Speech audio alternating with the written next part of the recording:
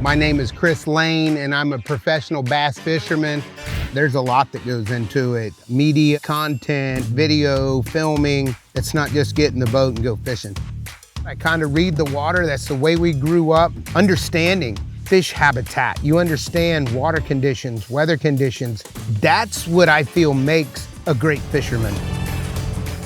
It's a roller coaster. It's got the highest of highs. Wow! Woo! And the lowest of lows in tournament bass fishing. Life's not always lollipops and candy canes. No matter how high you get, no matter if you win the Bassmaster Classic, you'll still face struggles. No, it's not gonna be enough. My motivation now is to give back to the fans. It's the sport that's given so much to me, so I feel honored to be able to give back.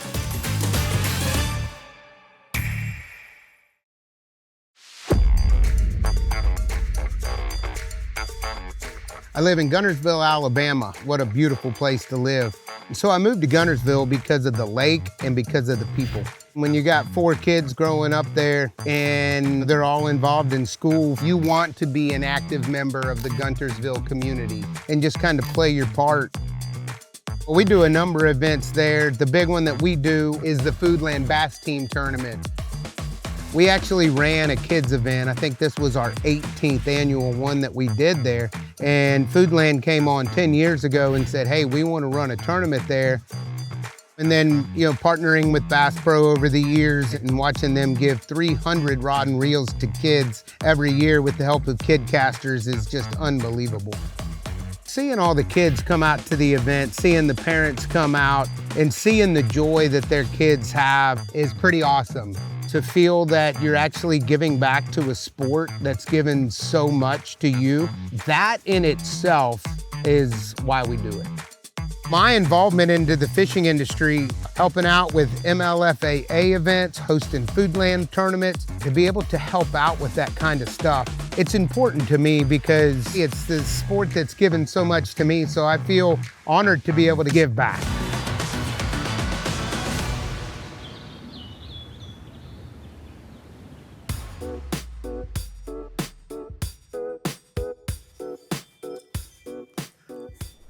Got a pretty good collection of trophies up there. Yes, sure would like to add another one. Lucas doesn't live far from here. We'll see what time he wants to leave. What time are you leaving in the morning? I'm leaving at 4, dude. Oh, geez. All right. Call me at 4:01. 4:05 maybe. See ya. Bye. For this tournament, we're going to the James River. It's up there in Virginia, and it really is set up for the way I like to fish, the way I grew up fishing. You got lily pads, cypress trees, you have tidal water from 2 to 4 foot, just depending on the moon. It's just a great place to go fishing and catch a lot of fish. Getting ready for a tournament, I kind of just do a quick look at the baits over there, look at the rods, and make sure I put my food and everything in the boat. Here's a new thing I'm on, is these sardines. I had these, and I'm like, man, what a perfect thing to keep in the boat. They're good for you, keep you healthy. James River, summertime, I would say by the time I fish, I'm probably going all in with topwater, swim jigs, buzz baits. It's tidal. That's a big key. I've already looked up the tide charts. I think we're gonna have almost a 4-foot tide. So that's a pretty big tide. And I looked at the times when we fish, practice, and then when you fish the actual tournament, and that is a big swing. There's a big difference in that. So that's something I have to keep in mind during practice. I usually have everything kind of tidied up beforehand, getting up early mornings when the kids are either at school or there's nothing going on around the house. I'll take that time to get all my stuff ready. And I think that that's important because when there is an opportunity to spend time with my family, I can be there. So this, pretty cool, it's the family, and we will put that there. I think that should do it.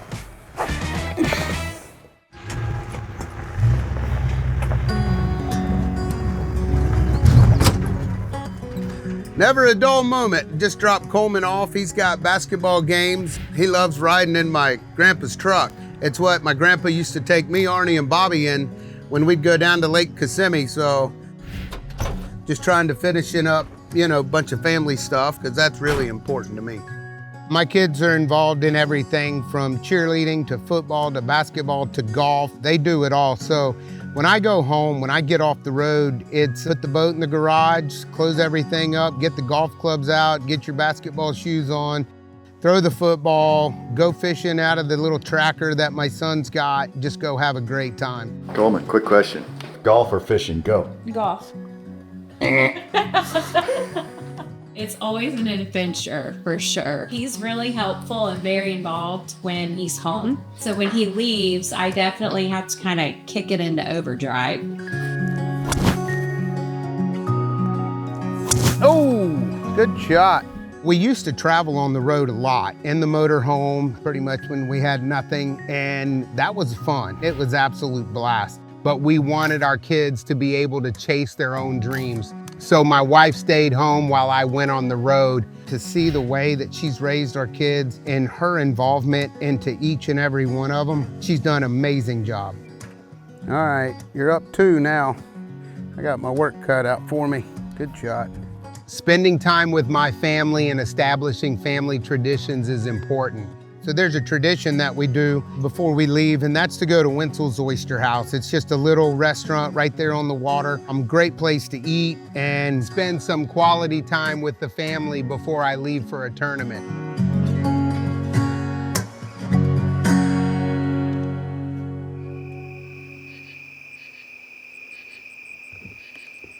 It's 4 a.m. and it's truck driving time. And 10 hours straight to Richmond, Virginia. That's where we're headed, so we'll see you there.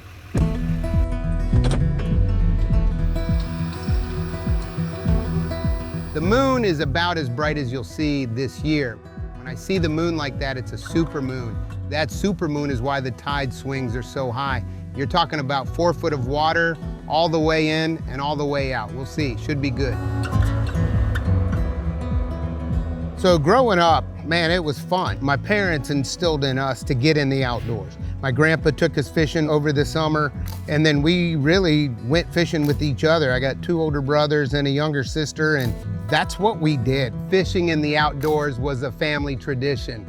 So we fished tournaments our whole life, and it was a blast. Started fishing some BFLs, started fishing some Opens, started fishing some Ever Starts. When the Elite Series first started, I punched my ticket, I hit the button. I got $5,000 from my dad to put a deposit down. And my dad told me, he said, I tell you what, I'll pay your entry fee down in an Okeechobee tournament. If you win, great, go have fun. And that was gonna be the tournament that I fished. The money wasn't there to continue in the Elite Series, and I was fortunate enough to win that tournament. That's the funds that allowed me to afford to go fish the tour level. I got you. Financially, it was just an absolute grind. Power Pole, that company, man, they believed in me when I didn't even believe in me. And they supported me and still support me today. So then I realized, I gotta keep moving. I got this. I gotta, everybody else believes in me. I gotta believe in myself. We had to really start getting after it and really start finding our niche, going at a whole nother level. In 2012, I won an open event that qualified me for the Bassmaster Classic. I'll never forget thinking about what would it be like to win the Classic. Yes, sir. Pow, baby. But I never thought like what is it if you really actually won it? 15 pounds, 14 ounces. It is now victory lane for Chris Lane, the 2012 Bassmaster Classic champion. That was one of the greatest moments that I can remember. I was like blown away. After winning that, I was thrown into a whole nother ball game with my fishing, with my confidence level, and it'll always hold a special spot for me. So joining Major League Fishing and going out on the Bass Pro Tour, different rules, different format, everything was fun and exciting. And then all of a sudden, we win a Bass Pro Tour event. Great big giant one, guys. Come here, baby, pow! I think it was like 1 minute and 45 seconds left to actually catch the winning fish. Woo! Right at the end! Unbelievable. That was a big thing for me. You're competing against dominant anglers. So to beat them and to beat the best, to do it back then and then to do it now when the best in the world are competing, it gets me fired up. So we finally get to Virginia here at the James River, and it's massive. And it's got backwater like you've never seen. It's almost like swamps in Louisiana in a lot of areas, especially when the tide comes up. But there's one thing about it. The fish, Chicknahamnee's where it goes down. It's no secret. The Chicknahamnee's has got massive amounts of backwater that flow in and out. It's a little bit closer towards the ocean. It's got the grass. It's got the lily pads. It's got the most vegetation. So that's where I started on day one of practice. Plan today is take a good look at things. You know, see if it's like it was a year or two ago when I was here. I'm sure there's about 9 million boats on the water today. It's Saturday. I like to fish where there aren't any boats, so that's not always a good thing, but I'm gonna try to find some areas where I don't see boats, so we'll see. Hey, did you get your notice? You're on my spot. I sent you a notice. No pull-me-downs? No pull-me-downs. You can see the tide. The tide right now is extremely low. Looks like it's about a 3 to 4 foot drop, which is a lot. Yeah, see? That's the practice crawl diggy. No hook. Yeah, look how low the tide is. You know, we'll be fishing a incoming tide here in about an hour. What do you prefer, tide-wise? Hour on each side. The cool thing about my Lowrance is I have my tide charts on it. So I just hit the button and I can see right where I'm at in the tide the whole entire time. So understanding tides, growing up fishing tides in Florida, during an incoming tide, everything gets pushed up into stuff like that, and that's where all your bait fish are, crickets, I mean, grasshoppers, you name it. Outgoing, what happens is all the fish have to come out. Everything comes out. Then as it gets really low, you know, really nothing bites. And then all that water will start coming up again, and then all the fish ease up in there and start feeding again. I think the best time in areas to fish are hardcover when you've got the high tides, and then pretty much anywhere on a low tide. See, that one just ripped me down? I mean, just got ripped. With this many boats around and as many boats as I passed, I really don't want to catch a fish. Someone might start there the first morning of the tournament, you know, or if you get 2 bites or something like that. So you just kind of got to be on your toes. And I just got throttled. I didn't take it though.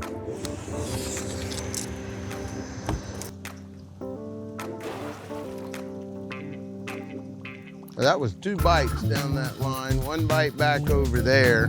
Growing up in Florida, I love lily pads. Lily pads, lily pads. Yeah, I think I'll stay in lily pads. And no matter where you go in the country, lily pads always hold bass.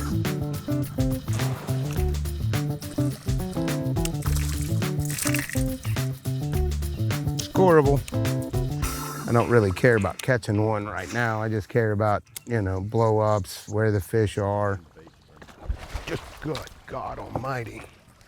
Just throwing a chaos shad that had about a 6 or 7 pounder, just absolutely flush it right there. There again, I don't fish for 5 days, so everything could change. So you're kind of learning, you know, where they hit top water on low tide, and then you got something to follow it up, like a little bit slower of a bait, just so it gives them a little bit more time to react to actually eating it. I pick up the chaos shad to get a couple of bites right off the bat, boom, boom, boom. And I'm like, I'm not fishing in here anymore. Way too many boats, I'm just not where I want to be. Let's set out and see if we can't find a gold mine somewhere. Left my phone on the back deck and I hit a wave so hard, it dawned on me right then, where's my phone? And I looked to my left where I normally put it, and I looked to my right where I normally put it, and I'm like, that's not good. And then right then I knew that it was probably 30 foot down in the James River. So I have a challenge for anybody out there nowadays. take a 10-hour trip somewhere and lose your phone and try to figure out where you're going. With no phone, no GPS, a 20-minute trip took me 1 hour and 35 minutes. If you lose your smartphone, you're not very smart, I promise you. So I finally make it back to the house where I'm staying. And of course I got Bobby, my brother, and Justin Lucas. We all kind of room together if we can. With those guys, there's never a dull moment. What's it like rooming with these guys? Oh, you know. They cook good food and they're funny and they're pretty dang good at cards. 3-4s? He didn't say good at fishing, did he? He said good at cards and cooking. They're decent at fishing. Chris is getting whooped, so look happy, Chris. Bobby, did Chris have any nicknames? Pinto.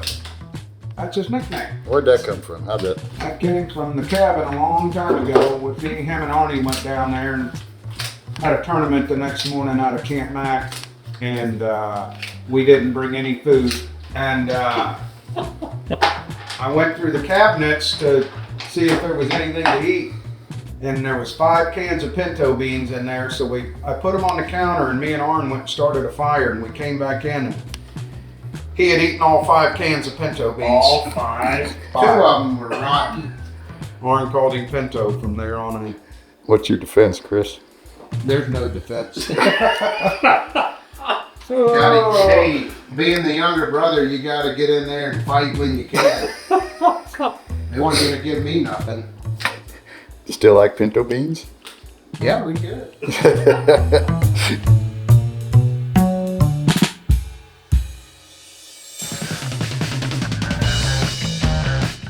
So day 2 of practice, we're checking out a completely different part of the river. You know, get out there and there's all the boats again, right? Right where you want to fish. It's just the same old, same old. A little bit windier. Tide is absolutely ripping out of here. I'm just gonna try to find some off the wall stuff, or as my son calls them, sneaky spots.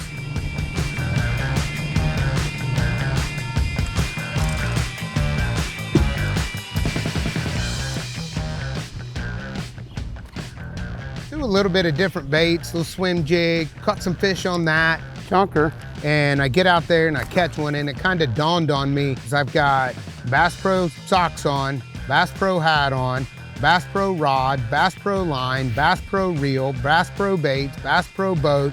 I'm telling you, it all works, even down to your socks. I was catching a few here and there, but still not like bam, bam, bam, bam. And that's what you're looking for. It's like a cat. Okay, that's it. I don't think there's any reason to fish any more of this, buddy.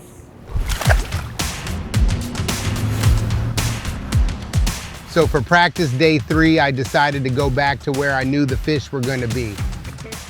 So traditionally, Chickahominy is always the player when you come to the James River.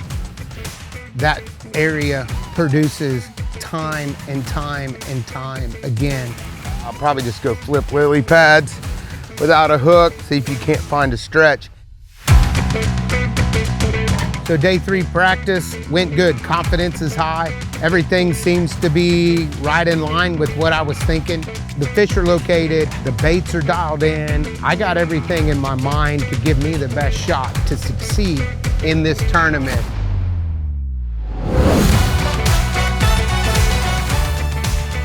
When it's game day, it matters. Doesn't matter how good you were before. All that matters is about your day's performance. We tried to find that off the wall spot, you know, it never worked. So I would expect to see most everybody in the same area. 7 fish a period, what you're gonna need to get into that top 10. Here we go. I know the fish are there. I know the competitors are gonna be there. So you gotta outfish them. That's the bottom line.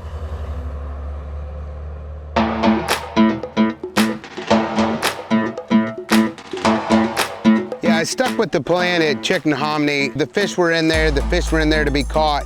I got in a bad rotation, you know, I'd want to pull up to a dock and fish it, but then all of a sudden there'd be a boat there and he would catch a fish. So the baits that worked best for me, at least the first day, was the new Chaos Shad from Bass Pro Shops. I had a lot of fish on it the first day, had a lot of big fish try to get it, just not quite get it. It was one of those things where I stuck with my game plan, and unfortunately we just did not get the scoreable bass that we needed to escalate us into the next round. Well, thank you for coming along with us on this journey. Sorry it didn't turn out the way we all wanted it to, but hey, that happens sometimes, you know. All you can do is all you can do. So I'm gonna put the Chevy in gear and I'm gonna ride that thing all the way back to Guntersville, probably get home about 1 o'clock this evening and spend family time, because at the end of the day, that's what really makes you happy.